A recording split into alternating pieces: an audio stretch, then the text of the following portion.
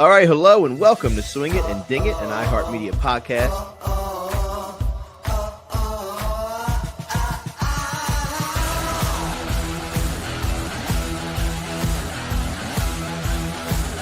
Man, this is a birdie fest.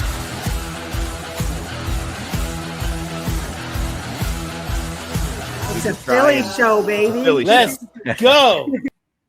That's right. Welcome into Swing It and Ding It, an iHeartMedia podcast. This is Moose along with Harry Mays. No Danielle. She was supposed to be in transit, supposed to be coming up to join us tomorrow at Jeffersonville, but had some issues. Might not be coming up, but It is PGA Championship week. And Harry, you're talking PGA Championship. You're talking Philly golf. You're talking Aronimink. You got to talk to Stu Ingraham. Exactly. I mean, talk about a guy since 1987 has been a member of the PGA. Come down from Lebanon, right, Stu, over to Waynesboro to get your start. And man, you've had it. You've done a little bit of everything in the game of golf. I appreciate that, and you did a little great homework there. I grew up in Lebanon, Pennsylvania, and if you want to go on that, I arrived in Philadelphia in 1987 as the assistant golf professional at Waynesboro Country Club for 4 years. Then I spent 17 years as head professional at Overbrook Golf Club. And the last 18 years, I've been teaching at M Golf in Newtown Square, 9 minutes to where we speak today. It's been a wonderful journey as a golf professional. I remember one of my members at Lebanon Country Club, where I grew up, said to me, Stu, if you ever want to get anywhere in the golf industry, you got to get to Philadelphia, Pennsylvania. And guess what? I took this thing. Next year will be 40 years. Wow. Enjoying the history, the atmosphere of the game of golf in the Philadelphia area. Yeah. What a hotbed. I mean, Moose and I always refer to this region as sort of an embarrassment of riches when it comes to great golf courses and just history of the game, the architecture, and all that sort of thing. So whoever told you that back in Lebanon, that was wise advice. Now, I know Lebanon very well. I grew up in Robizonia, not too far from Lebanon. And went to Conrad Weiser High School, but you went after your high school. You went to East Tennessee State to play golf, I believe, right? How did that all happen? Because I think that was where Rory McIlroy was going to go to play college golf if he decided to play college golf. Is that right? That is correct. So my small story about how I got to college was wonderful question. I mean, you're setting me up for a wonderful journey. So I was a junior in high school at Cedar Crest High School. The only thing a lot of people here might say, well, Cedar Crest, well, you got Cedar Crest, Lebanon High. The only thing in Lebanon people know is Sam Bowie, the basketball player that was drafted in front of Michael Jordan. Okay? Right. And I know Sam because the family he married into was friends of mine. So not a big deal. My parents said to me one day my junior year and said, Stu, we've saved a little bit of money for you to go to college. You plan on going to college? I said, yes, I do. And they said to me, well, we're going to say, I said, Mom and Dad, you've gave me every opportunity to game of golf ever. You will not pay a nickel for me to go to college. I said, here's my goal. I'm going to win an 11 Lancaster League Championship, District 3 Championship, and a state high school PIAA my senior year. Well, sure enough, I whacked all three. Won the state high school by 7 shots. There was an assistant golf professional at Hershey Country Club. Okay. 1978, Mike Wenrick said to me, Stu, let me tell you something. I think you should go to East Tennessee State. I know the coach, Hal Morrison. Sure enough, he took me down there. I played. My style of golf with that back then was pretty good because I hit it really well. Next thing you know, we walk in his office. He goes, whatever Penn State or Maryland offered you, we're covering. Guess what? I went to college, East Tennessee State, paid $500 a semester total in my heart. Fortunately for me, I made All-American my senior year, third team, and that was 1982. I decided to turn professional in 1983. Tried tour school in 83, 84, and God bless America. In 85, I made it. I finished 9th at Q School at Greenleaf, Florida, and finished 9th. And back then, I think 40 or 45 players made it. They had no Nike tour then. I played the tour in 86. I've been in the golf industry all those years. I told you my background as far as a club professional. Luckily for me, I had the opportunity after the PGA Tour in 86 to play in 12 major championships. Yeah. So if you look back at age 66, Stu, what was it like today when you walked across the road to walk into a major championship? Well, when I asked two state cops, where do I go to get in? Because I've been in 12 majors in my life. I've always been inside the ropes. Mm-hmm. So what's it like to be outside the ropes? It was very unique today. But you know what? As I look back and what golf has given me, it is a great opportunity. And I thank you for giving me a chance to explain my upbringing as a golf professional to sitting here today across from Aronimink. Yeah, we love hearing the golf journey. It's a big part of our show with everyone. So you touched on it, the PGA Championship. Obviously, you had great success in 1993 at Inverness, being the low pro. And when you got a guy like Brandon Shattuck who's in the field, what's it like for the club pros to kind of to cross that line and get into a tournament like that? And first of all, now you're in it, right? And you're excited. You got into the tournament. But now you got to play golf, right? Like it's one thing to get in it, but now you got to go out there and compete. How was that what was that like for you the first time when you got in and now you had to switch it to, all right, now I'm in, but I got to compete and try to do well? Well, that is a great statement. And I don't know if you guys know, I wrote a book called Mind Game that was a combination between playing in 12 majors and teaching 36,000 lessons in 44 years. The whole combination is when I finally made a major, it was like, wow. And someone says, well, how nervous were you? I'll be honest with you. I was less nervous in my major than I was when I played the tour as a rookie in 86. I mean, when you go to the bathroom 6 times before 9 o'clock tee time in 86, you realize, but you know what? When you're out there and you deserved it, you earned it. I just sort of play golf. And the lucky part for me as a golf club professional, I made 5 major cuts out of 12, which as I look back now, a little irony, which I think this plays good, is in 1993, the PGA Championship was scheduled for Aronimink Golf Club. I don't know if you knew that. Mm-hmm. Aronimink Golf Club. But because of all the controversy with memberships, PGA pulled out, went to Inverness. I happened to go to Inverness, my 4th PGA. Wow. Luckily, can you imagine? Low club professional in the entire PGA Championship. Something special to me, I finished tied for 31st. I tied the #1 player in the world, Nick Price, which is another story because he congratulated me when I was leaving. I got tears in my eyes. It was unbelievable. But I didn't realize that though, the Aronimink part of that. Oh yeah, it's very symbolic. And someone said, "Well, that would have been neat to have you play here." I said, "What do you mean? If I played here, I might have shot 85, 85. It'll breathe. Inverness, I could hide a little." Right. So that was definitely what I would call an opportunity. But it was just one of those weeks that I shot 1 under par. I was telling somebody the other day, I think there's only a few club professionals ever shot under par in a major at the end of the day in a PGA Championship. But here nor there, I'm an old guy now, but as I look back, I can't tell you how much I appreciate the walk that I had to walk as a club professional in the game of golf. Yeah. Talk about that moment with Nick Price, though, because at that moment, he was the hottest player in the world. He had won the PGA the year before at Bellerive. He was going to win it the next year in '94. He had won an Open Championship right around that time and was #1. I mean, what did he say to you? Because that had to mean so much for you. I'll tell you exactly what happened. This is you did your homework because this question is one of the most powerful questions in golf to my life. Okay, it's Friday evening about 6:10. And it looks like I was making the cut in a major championship. It was my 4th major. And I'm standing on the putting green, very small putting green at Inverness.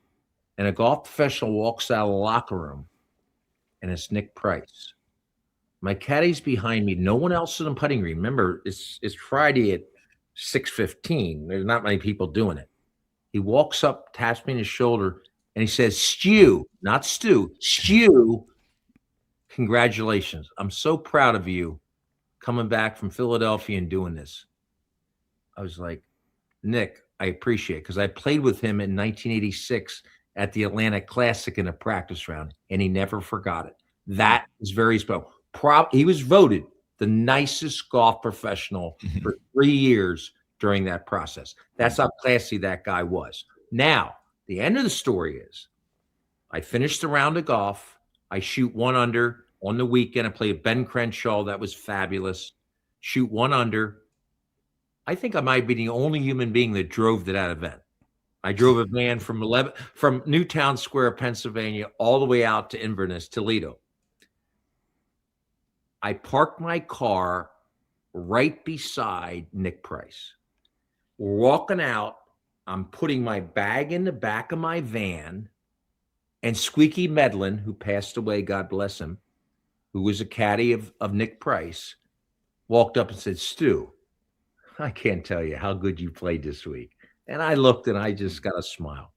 Next thing you know, about a minute later, Nick jumps in the car. There had to be 20 kids trying to get an autograph. I think he finished bogey and was not a happy camper. I get in the van. I look over. He rolls down the window. I roll down the window. He looks at me and he points to me and he says, Stu, I can't tell you how proud I am of you, what you accomplished this week.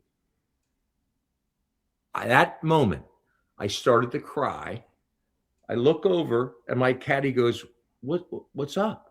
I go, you don't understand. The number 1 player in the world recognized a club professional from Philadelphia, Pennsylvania as the low club professional in a major championship. I said, do you know what that made me feel like? I could have drove that van to Korea if there was a road and never had to sleep. That's how pumped up I was. Wow. Amazing. That's right. I can't believe you asked that question. Yeah. Harry, that was the most set up question in the world. You didn't even know it. That was Yeah. great. So if you said, Stu, was that the highlight in your career of individual accomplishments that you'd be most proud of? The answer is yes. Boom. No doubt. I love it. Well, you got some guys that are hoping to have a similar experience, and we talked about Aronimink. You are right in their backyard. You were over there today, getting us a little inside scoop.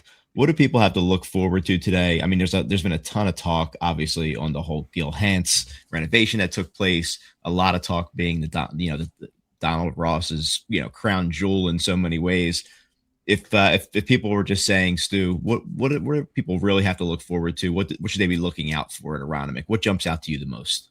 Okay, well, I'm going to answer that 2 ways. First and foremost, living where I lived on January 4th, 2026, with 6 inches of ice, they brought in bulldozers and did a phenomenal job. From that date to what I saw, I drove by it 2-3 times a day, every day, watching it. I know John Goslin, the superintendent there. Obviously, I know Jeff Kitty. I mean, obviously, in the golf industry, you know those things. They did a phenomenal job. If you walked in there today and you saw the way they set it up, the corporate tenting, everything, the organization, it is by far fabulous. I went there at 10:30 today. I think it was 25,000 people.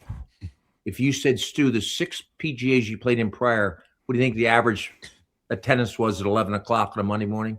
7,000. This place is going crazy. I mean, I can't believe it. Scotty Scheffler, I watched 1 hole 18. I saw him. I said hi to Scott Van Pelt today from ESPN. Yeah. And you might say, why? Well, my daughter was a Catholic school teacher in West Hartford, Connecticut. And she says, do you know whose daughter's in my class? I said, who? Scott Van Pelt. I said, in a golf pro, I know who that is. Sure. So I introduced myself today on 18. Nice. That was good. But the golf course, par 70 at 7,400 is pretty good. The course is playing a little bit what I call soft and sticky right now a little bit because of the weather and the spring. I think, if I'm not correct, I think the holes they extended was 18T across the cart path, which I looked at today. The 10th tee now is played off the first tee. The fifth hole is the par 3 that I think went from about $145 to like 171. The seventh hole they made longer, and 15's now, I think it might be 5.25. 5.25 on 15. It's practically as long as 16, the par 5. That is you are exactly Yeah. right. No, and course condition is perfect. It really is. The rough is it's pretty wet and thick. The whole key for those guys is, in my opinion, if you miss the fairway, is there enough traffic to walk down the grass to where the length and moisture doesn't affect it? Or, like I said, on 18, the grain of the grass on the left side is down grain going to the green. Someone says, well, what does that mean? Well, if you know golf, that means a lot. Yeah. You can hit a shot down grain, but into the grain and moisture, you got no chance. So that for some reason, the grain's going the right way in 18. If you said, Stu, tell me what you think when you look at the course coming down the stretch. Well, first thing I would say, number one, I think that the 5 hardest holes in any major championship is Marion Golf Club. If the 16th hole at Aronimink was not close to reachable par 5, they might have close to the hardest 5 finishing holes. Long par 3, then 15's pretty open, but you got to drive it good. It's 500 yards. And then 16's, but then 17 today, Scotty Scheffler, 229. He hit a long iron and a fairway, whatever, hybrid, or I don't know what he hit. And then 18, he bombed. He hit a great drive in 18. Left center, perfect. Still had 212 uphill. Yeah. So That's like 490 uphill. and he isn't it? doesn't hit it short. So, Yeah. because I watched Martin Kamer before that hit one into the right rough. And these guys, remember, in practice rounds, they don't even hit out of the rough. They just throw it in the fairway. They don't want to embarrass. But he was probably, he had to be 225. He came up 10 yards short. Yeah. So I think that I think the 17th, 15, 17, and 18 are going to be a pretty crucial timing of results of scoring, in my opinion. Talk about these greens, Stu. I mean, obviously, Donald Ross originated these greens. They're big. They're huge. They're 8,200 square feet on average. But they've got, probably many different segments, quadrants that they can place pins all in the corners. Talk about putting these greens and what the challenge that these guys are going to have over 4 days. Well, I think the couple things you got to realize, if greens are a little sticky because of 62 degrees and some moisture in the air, they're not going to be as dangerous as that. But what I think is going to happen, it looks like the weather on the weekend is going to get a little warmer. Things are going to dry out a little bit, and the course is going to start to play a little faster. So I think the greens will get a little more dangerous on Saturday and Sunday. They won't be as dangerous, I think, on Thursday and Friday. But I have to say, someone asked me this question the other day, and I will tell you, if you said, Stu, of the tour professionals today, what would you say you are most impressed with a tour player today? The way they handle greens, their putting, and their speed control, to me, is fascinating. I'm just going to tell you. That's why I say these guys roll the ball. I mean, I don't even. It's shocking when you see a bad putt now. Right? Oh, it's like, whoa, what the heck happened? I mean, how do you hit 45 footers and leave it 8 inches short or 12 inches past, and halfway there know it? I mean, well, unfortunately, that's not me. That was one of my insecurities in life, because I didn't have the feel they have today. But I mean, the greens are a little tricky, but I think they're fair. Kerry Haig will be their head rules official. He's a friend of mine from the PGA of America, and he's pretty. I mean, he's not a. I will tell you, in every major I played in under the PGA of America, you don't see many complaints about pin positions. I can't see that in some other majors. Right. The one that takes place in June. I'll just leave. Thank you. I'll leave it at that. Well, Keegan brought it up today. Yeah, reason why I likes it. It's a fair tournament, right? It's it not is they're not fair. trying It's to punish strongest people. It's a field in fair golf. golf tournament.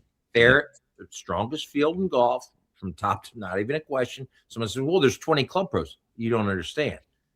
Okay, 20 club pros. How many are in the top 150 in the world? Well, when the Masters has 78 players, British Open has 60 qualifiers, and the U.S. Open has 45 qualifiers, then you realize the PGA Championship has the strongest deep field. Yeah. So Stu, you are about what 30,000 golf lessons in your life? Is that right? 36,044 years. Yeah. What do you love about teaching golf? Pardon me? What do you love about teaching the game of golf? Guys, I will tell you first thing. You guys have the greatest insights in America. You didn't even set me up. I said to my girlfriend, Megan, I said, I could retire. I'm 66. I said, I could do it. I said, you know why I don't?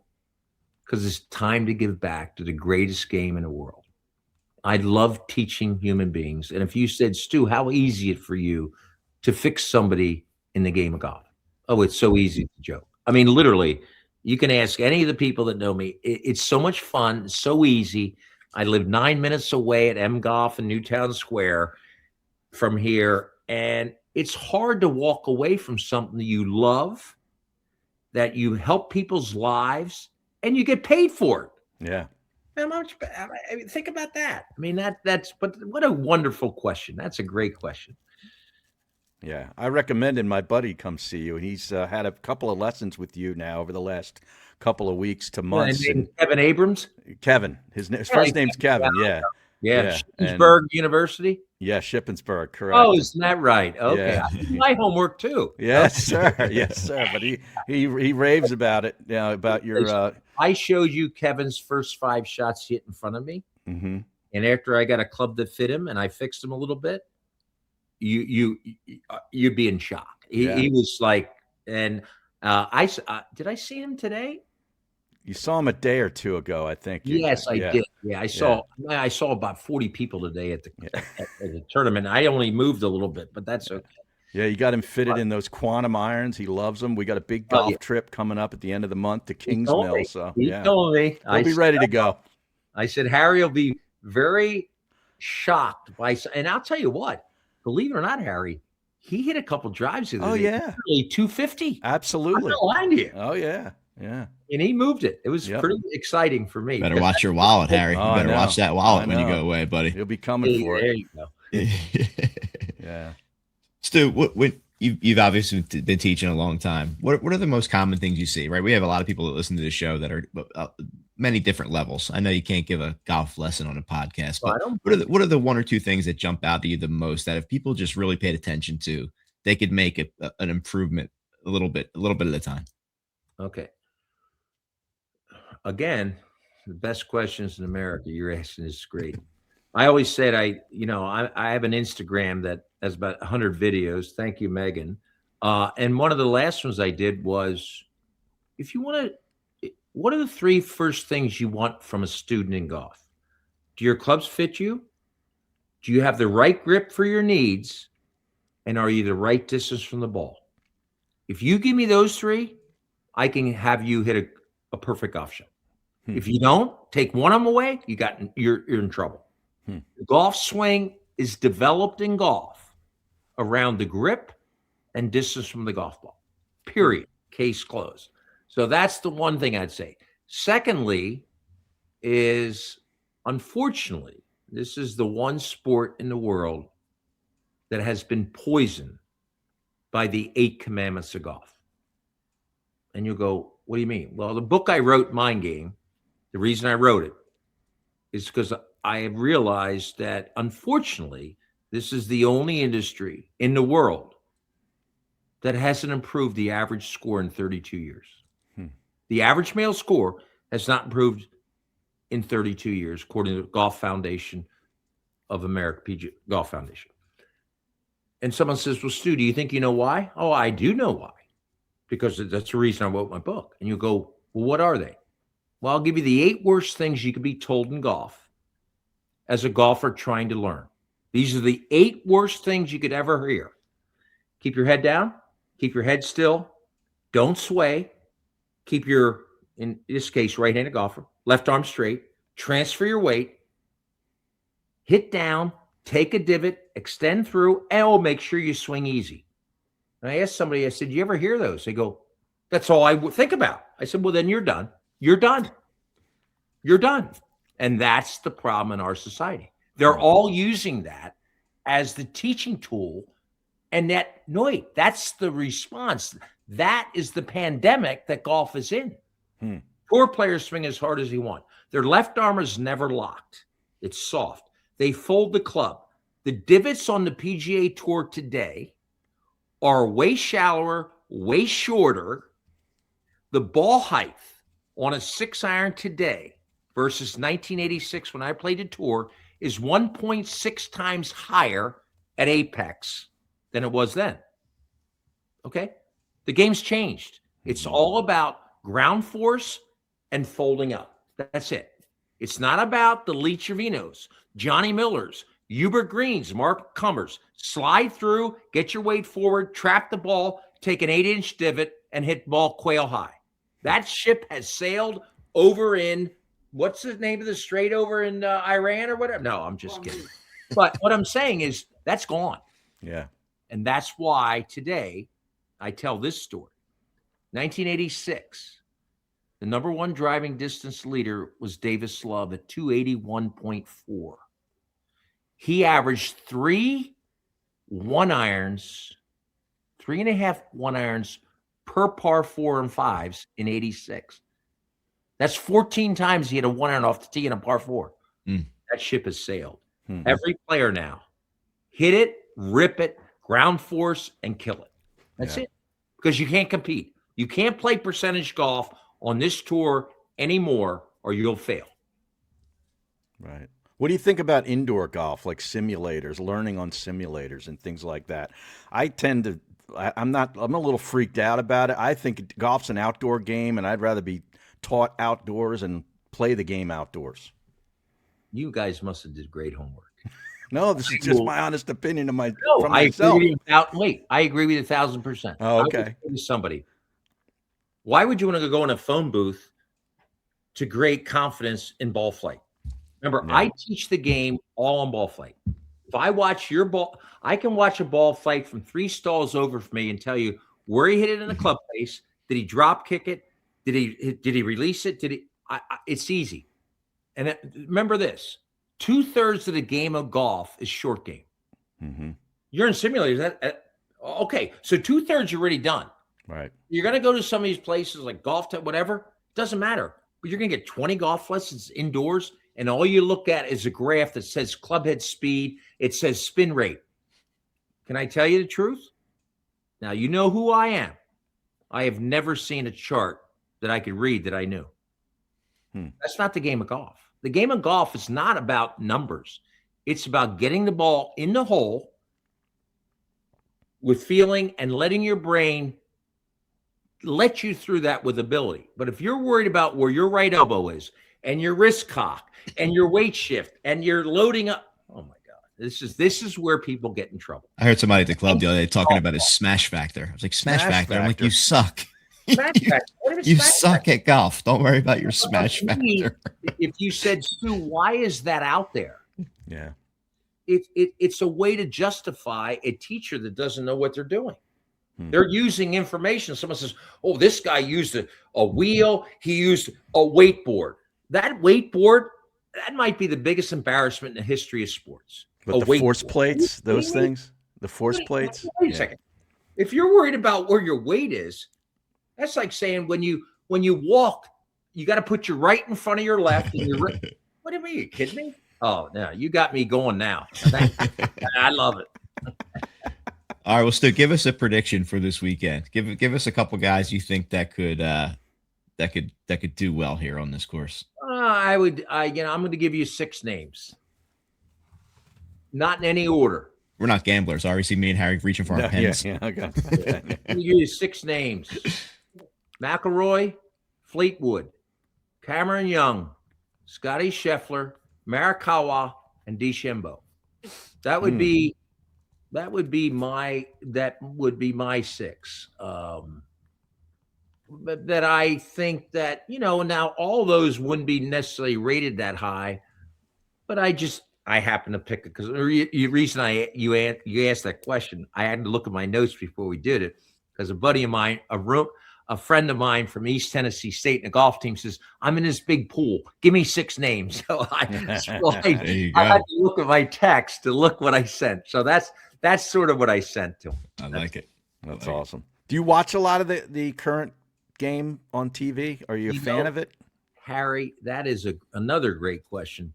Prior to the last 2 years or so, I didn't watch that much. Usually I was playing more, but now I definitely do watch, and I really enjoy it. In fact, the funny part, when Megan watches me watch golf, I'll watch and I'll sit there and I'll watch a guy stand over a shot, Scotty Scheffler, whoever, Cameron Young. And as soon as they hit the shot, I watch their body language, knowing where the pin is. And a lot of courses I know. I'll say to her, I said, watch where this ball lands. It's going to land about 18 feet, a little short right, spin to the hole. She goes, how do you know? I said, I know their ball flight. I know their action of their brain. I know the hole. And it's so easy for me now. Now, could I do that 40 years ago? No chance. No chance. But now it's so easy to see. And that's the one thing I would say, besides getting half Alzheimer's and gray hair, the one thing that I would say is I see the game very clearly today. I would say that. Love it. Well, Stu, Awesome. we're gonna wrap with this question. First of all, we love talking to golf guys, and you are a golf guy through and through. So we appreciate your time and joining us. Well, I thank you for giving me the chance to express. But you guys sent me with the greatest. I every time you ask a question, my girlfriend looks at me and starts smiling. She goes, "Because I didn't even know what you say, but you asked the perfect questions. That was great." Well, first of all, before we let you go, make sure you're following Stu on Instagram. Make sure you're checking out M Golf. You do these clinics that are awesome. Saturday clinics, very affordable. I mean, if you're listening to Stu and you want to improve your game, check him out and go get a little bit better with somebody who knows what he's talking about. That's first and foremost. So we'll make sure we share all your information when we share the episodes, Stu. But Danielle always ends with this question. We get a lot of people in trouble with this question sometimes, but we are a Philly golf podcast. Mm-hmm. In your opinion, what is the best Philadelphia area golf course? Well, I would probably say Marion East. For many ways, I would say Marion. Aronimink's very high. You could say Pine Valley, it's in Jersey, but it's a different style course for any championship type atmosphere. Mm-hmm. I would say this, which I think is a very interesting percentage of something you guys might like to hear. But if someone ever said to me, Stu, you arrived in Philadelphia in 1987, name what club in the Philadelphia region escalated their identity as a private club nationally, who would you say, not Philadelphia, in the country, Philadelphia Cricket Club? Mm-hmm. No doubt. They escalated their identity from when I arrived in Philly to now at the highest improvement level. Mm-hmm. And I will say Aronimink is probably right behind him. Mm-hmm. That's as far as national exposure, credibility, and taking on the game of golf to nationally advertised opportunities, those two clubs would rank, I would think, in the top 5 in the country. Wow. Of improvement of their identity when I arrived. Yeah. Real quick, one last one. Yeah. Because I just thought of this. Cobb's Creek, the whole renovation going on over there. How much do you know about it? What do you think, how do you think this is going to turn out? What are your thoughts on just what's going on with the Cobb's Creek reno?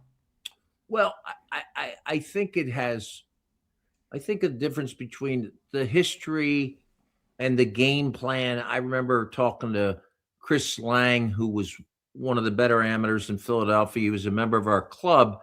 I remember him talking to me about it very early on and said, I think he was one of the guys who sort of started the idea a little bit around, seeing what could happen and trying to grab investors, and it has filtered out. I think it's great. I think it's a great opportunity.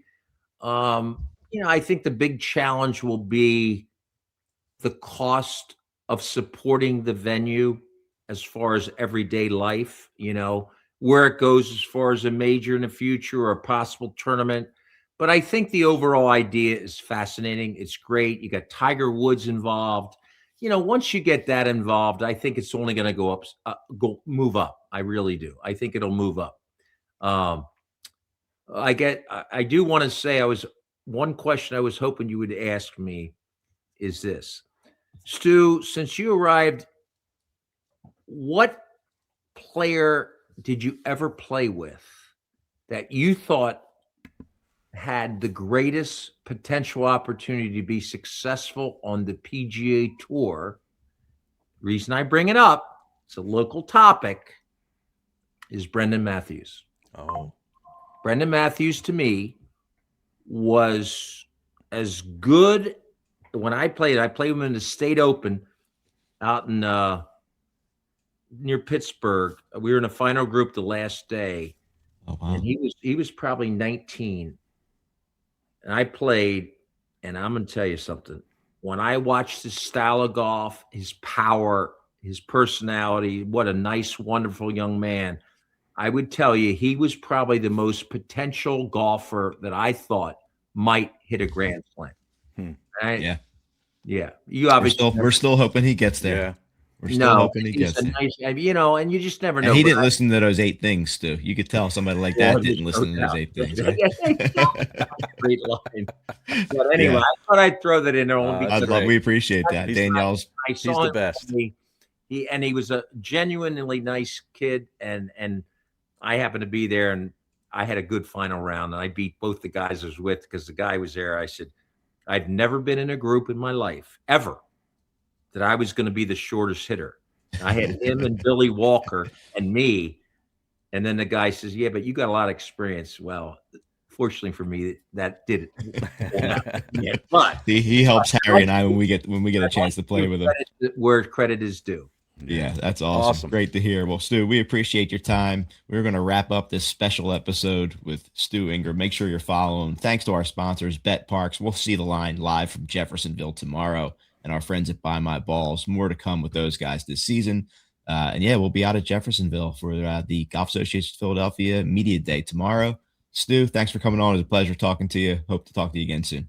Gentlemen, I want to just say thank you to both of you. Your questions are great, but I just want to say thank you for enjoying and supporting the greatest game, the game of golf.